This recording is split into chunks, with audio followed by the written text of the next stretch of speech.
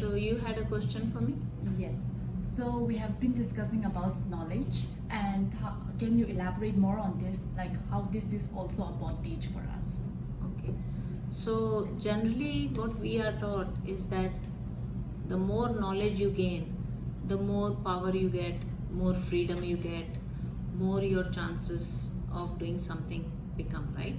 So for example, until you know you can do something, you are not in awareness of that, right? So the moment you get to a place where you have now acquired a knowledge, so for example, I have worked for 5 years in my skill as a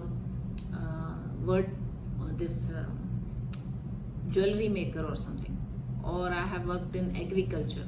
So for 5 years I have tested and tried and all that, and I have become more aware of, and I have become expert at it. However, what happens is, the more we do in something, we become skilled in it. Yet, being skilled in something also can lead to us being in a bondage to not do something which is not in our skills. Do you understand? Yes. So, a person can be doing something for so many years, then they say this is the way it is done. They are not open to starting and doing something else or introducing something else. So basically it's not just about knowledge as such, but I'll tell you the depth of it. So in early 1900 or late 1800s, there was a company which used to make wheels for the wagons. So the mode of transportation was wagons. So they were so rich that at that time their net worth was $1.25 million. Not today's time. Even now, $1.25 million holds a value, right? It's not like 10 dirhams or something. So, but in that, almost a century ago, they were having $1.25 million of their net worth. And in a time when there were no computers, correct? There was no such thing as team building exercise, no going to Facebook, nothing. And in that time they had got that much of income. So, but they had been doing it for, say, decades. So let's say, for example, they had been doing this business of making the wagon wheels for 80 years. So in 80 years they had become very expert at it. So earlier what they used to do, they used to make the wooden wheel, and in the wooden wheel the peg was also made out of wood.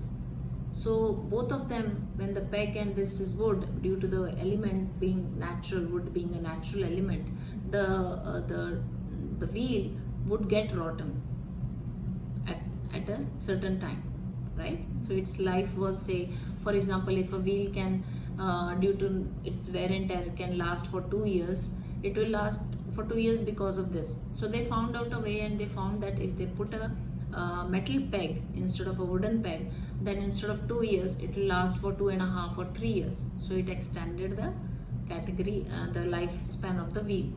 So that's how they became very, very, very big, because they started doing that. Then came a time when Henry Ford came up with the idea of vehicles.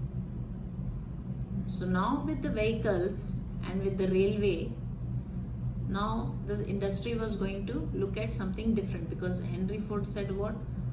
I have a vision to have every household have one car, kind of vision. Means he wanted to do that much. So they hired a person, his name was John Boyd Dunlop, and they asked him to give an assessment on how they can work and increase their or maintain their sales.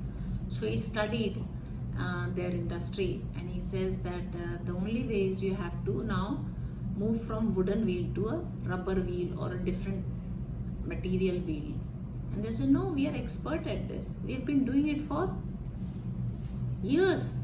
This is how we have become the largest company. We are not going to do it. So they asked him to leave because they didn't accept his recommendations. So when he left, he went on to making cycle tire. That's where he started. And you know the name Dunlop? Dunlop is a very big tire company now. So this example teaches us that the company had the knowledge, expertise of making wooden wheel, but because they were so big and they were so sure of the way they had forgotten to move with times, and having that knowledge became a bondage, and therefore now nobody knows of that company, right? So knowledge can be freedom, but it can also become bondage when you refuse to continue exploring your knowledge. And you can find these examples with many companies. So same with Nokia. The company Nokia had got the patent for the iPhone, the gadget iPhone, the screen without a keypad. This technology was first brought into the patent. It was patented by Nokia. However, they were very well, everybody had Nokia phone. There was a time when everybody had Nokia phone, right? So they said, who wants to use this technology? So they patented it and they kept it on the side. They never used it. So Apple purchased this technology from them.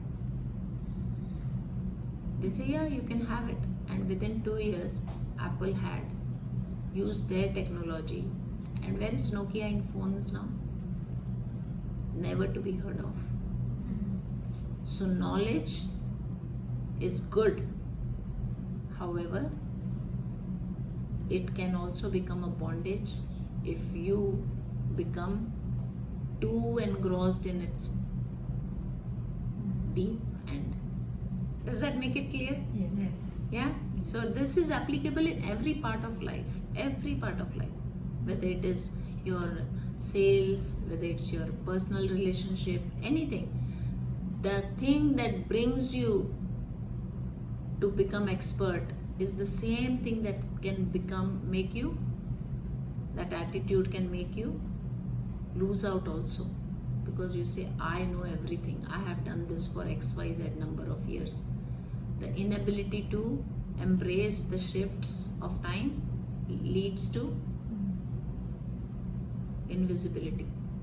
Nobody now has Nokia phone. Nobody knows about that wood wheel wagon company, right?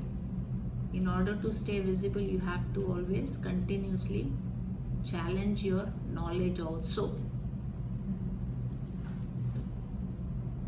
Understood? Yes. Good. Thank you.